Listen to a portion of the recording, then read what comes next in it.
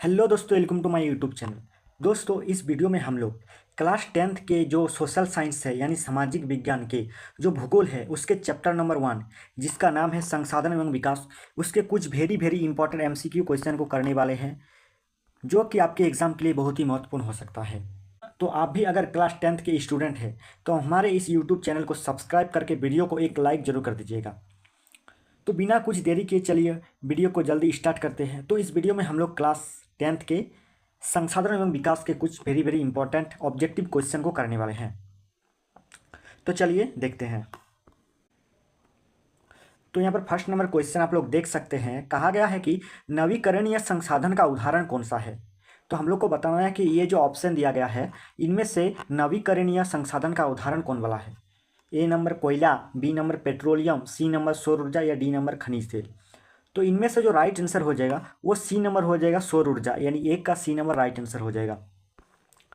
तो सौर ऊर्जा इसका राइट आंसर इसलिए हुआ क्योंकि सौर ऊर्जा का प्रयोग हम लोग बार बार करते हैं। यहाँ पर लिखा गया है कि सौर ऊर्जा बार बार प्रयोग की जा सकती है और यह कभी समाप्त नहीं होती, इसलिए इसे नवीकरणीय संसाधन कहते हैं। यानी नवीकरणीय संसाधन क्या है, जिसको हम लोग बार बार प्रयोग करते हैं और कभी समाप्त नहीं होते। तो सौर ऊर्जा वही है कि इसका प्रयोग हम लोग बार बार करते हैं और ये कभी समाप्त नहीं होती, इसलिए इसका राइट आंसर सौर ऊर्जा हो जाएगा।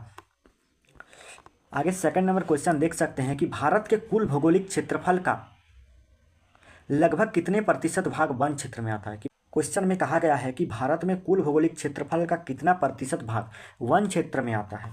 33%, 22%, 21% या 25%। तो इसका जो राइट आंसर हो जाएगा वो सी नंबर हो जाएगा 21%, यानी 2 का सी नंबर राइट आंसर हो जाएगा। यहाँ पर पढ़ सकते हैं कि भारत में कुल क्षेत्रफल का लगभग 21% हिस्सा ही वन क्षेत्र है। आगे 3 नंबर क्वेश्चन है कि संसाधनों का संरक्षण क्यों आवश्यक है। संसाधन जो है उसका संरक्षण हम लोग करते हैं, तो संरक्षण क्यों आवश्यक है। वर्तमान आवश्यकता की पूर्ति के लिए, भविष्य की आवश्यकता की पूर्ति के लिए, संतुलन बनाए रखना या उपरोक्त सभी। तो संसाधन का जो संरक्षण है यह इन सभी के लिए आवश्यक है, यानी 3 का डी नंबर राइट आंसर हो जाएगा। यहाँ पर कहा गया है कि संसाधन संरक्षण का उद्देश्य वर्तमान और भविष्य दोनों आवश्यकताओं को पूरा करने तथा संतुलन बनाए रखने के लिए करते हैं। आगे 4 नंबर क्वेश्चन है कि रेगुर मिट्टी किस नाम से जानी जाती है। रेगुर मिट्टी जो है वो और किस नाम से जानी जाती है। लाल मिट्टी, जलोढ़ मिट्टी, काली मिट्टी या पीली मिट्टी। तो 4 का जो राइट आंसर हो जाएगा वो सी नंबर हो जाएगा, काली मिट्टी, यानी 4 का सी नंबर राइट आंसर हो जाएगा। यहाँ पर एक्सप्लेन भी पढ़ सकते हैं कि रेगुर मिट्टी को काली मिट्टी भी कहते हैं और यह कपास की खेती के लिए बहुत उपयुक्त है। अगर यहाँ पर कहा जाता है कि कपास की खेती के लिए कौन सा मिट्टी उपयुक्त है तो इसका राइट आंसर हो जाएगा काली मिट्टी या रेगुर मिट्टी। किसकी खेती के लिए, कपास की खेती के लिए। आगे 5 नंबर क्वेश्चन है कि भूमि का विकास किन उपायों से किया जा सकता है। भूमि का जो विकास है वो किन उपायों से किया जा सकता है। वृक्षारोपण, कृषि विस्तार, भूमि सुधार या उपरोक्त सभी। तो 5 का जो राइट आंसर हो जाएगा वो डी नंबर हो जाएगा, उपरोक्त सभी। आगे 6 नंबर क्वेश्चन है कि जलवायु परिवर्तन और संसाधनों की कमी किस नीति की आवश्यकता को दर्शाते हैं। जलवायु परिवर्तन और संसाधनों की कमी किस नीति की आवश्यकता को दर्शाते हैं। अर्थव्यवस्था नीति, संपत्ति नीति, सतत विकास नीति या शहरीकरण नीति। तो 6 का जो राइट आंसर हो जाएगा वो सी नंबर हो जाएगा, सतत विकास नीति, यानी 6 का सी नंबर राइट आंसर हो जाएगा। यहाँ पर एक्सप्लेन किया गया है कि सतत विकास नीति ही वर्तमान की जरूरतों को पूरा करते हुए भविष्य की पीढ़ियों के लिए संसाधनों को सुरक्षित रखती है। कौन सुरक्षित रखती है, सतत विकास नीति, जो वर्तमान की जरूरतों को पूरा करते हुए भविष्य की पीढ़ियों के लिए भी संसाधनों को सुरक्षित रखते हैं। आगे 7 नंबर क्वेश्चन है कि कौन सा संसाधन राष्ट्रीय संपत्ति माना जाता है। कौन सा जो संसाधन है इनमें से बताना है जो राष्ट्रीय संपत्ति मानी जाती है। निजी संपत्ति, सड़कें और रेल, खेत या कारखाने। तो 7 का जो राइट आंसर हो जाएगा वो बी नंबर हो जाएगा। जो सड़कें और रेलवे जो है वो राष्ट्रीय संपत्ति मानी जाती है, यानी 7 का बी नंबर राइट आंसर हो जाएगा। देख सकते हैं सड़कें, रेल मार्ग, बांध, राष्ट्रीय उद्यान आदि ये सभी जो है वो राष्ट्रीय संपत्ति मानी जाती है। आगे 8 नंबर क्वेश्चन है कि वनस्पति और जीव जंतु किस प्रकार के संसाधन है।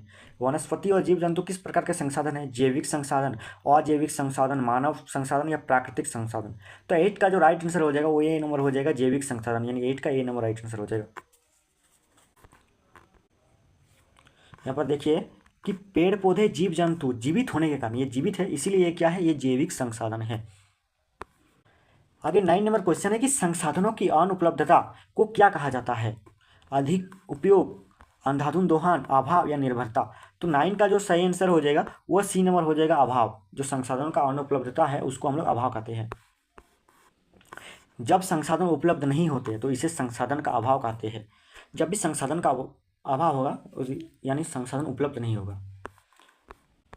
आगे 10 नंबर क्वेश्चन है कि कपास की खेती के लिए सबसे उपयुक्त मिट्टी कौन सी है।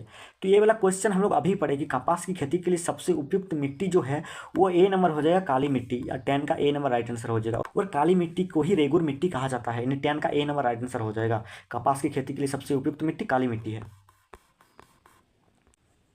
तो कपास की खेती के लिए जो काली मिट्टी है उसका उपयोग हम लोग क्यों करते हैं, क्योंकि देखिए काली मिट्टी में नमी अधिक समय तक बनी रहती है। काली मिट्टी में जो नमी है वो बहुत समय तक बनी रहती है, जिसके कारण हम लोग कपास की खेती के लिए इसका यूज करते हैं, यानी यह कपास की खेती के लिए उत्तम मानी जाती है। आगे 11 नंबर क्वेश्चन है कि संसाधन नियोजन का पहला चरण कौन सा होता है। संसाधन नियोजन का पहला चरण कौन सा होता है, संरक्षण, सर्वेक्षण, विकास या वितरण। तो 11 का जो सही आंसर हो जाएगा वो बी नंबर हो जाएगा, सर्वेक्षण, यानी 11 का बी नंबर हो जाएगा। आगे 12 नंबर क्वेश्चन है कि निजी संसाधन का उदाहरण कौन सा है। रेलवे स्टेशन, सरकारी स्कूल, किसान की भूमि या राष्ट्रीय उद्यान। तो 12 का जो राइट आंसर हो जाएगा वो सी नंबर हो जाएगा, किसान की भूमि, जो कि एक निजी संसाधन है। यहाँ पे निजी संसाधन बात किया तो निजी संसाधन तो किसान की भूमि हो जाएगा, रेलवे, राष्ट्रीय उद्यान ये तो हो जाएगा राष्ट्रीय संपत्ति हो जाएगा वो। जो संसाधन व्यक्ति की व्यक्तिगत संपत्ति हो जैसे किसान की भूमि, वे निजी संपत्ति कहलाते हैं। जो व्यक्ति की व्यक्तिगत संपत्ति हो, जो अपना हो, वो क्या है, वो निजी संपत्ति कहलाता है। तो 30 नंबर क्वेश्चन कहा गया है कि कौन सी मिट्टी अम्लीय और क्षारीय दोनों हो सकती है। तो 30 नंबर का क्वेश्चन आप लोग कमेंट कीजिए कि इसका राइट आंसर कौन सा हो जाएगा, कि कौन सा ऐसा मिट्टी है जो अम्लीय और क्षारीय दोनों हो सकती है। तो 13 का आंसर आप लोग कमेंट कीजिए। आगे 14 नंबर और लास्ट क्वेश्चन है कि भूमि कटाव को रोकने के लिए कौन सी प्रणाली उपयुक्त है।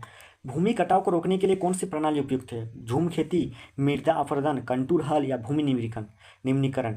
तो 14 का जो राइट आंसर हो जाएगा वो सी नंबर हो जाएगा, कंटूर हल, यानी 14 का सी नंबर राइट आंसर हो जाएगा। ढलान और कंटूर रेखाओं के अनुसार हल चलाने से पानी का बहाव धीमा होता है और भूमि कटाव रोकता है। तो इसी प्रकार से और भी चैप्टर का ऑब्जेक्टिव क्वेश्चन के लिए हमारे यूट्यूब चैनल को सब्सक्राइब करके वीडियो को लाइक जरूर कर दीजिएगा। तो चलिए मिलते हैं नेक्स्ट वीडियो के लिए, तब तक के लिए जय हिंद, वंदे मातरम, थैंक यू।